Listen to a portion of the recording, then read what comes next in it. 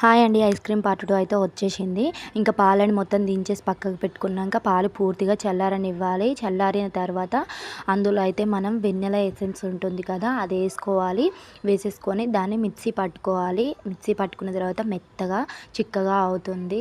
దాన్నైతే ఆ క్రీమ్ లాగా వచ్చిన స్ట్రిక్చర్ని అయితే మనమైతే ఒక ప్లాస్టిక్ బాక్స్లో అయితే స్టోర్ చేసేసుకొని 3 అవర్స్ ఫ్రిడ్జ్లో పెట్టాలి. 3 అవర్స్ తర్వాత అయితే ఒకసారి ఓపెన్ చేసి చూస్తే మనకి ఐస్ క్రీమ్ తయారవుతుంది.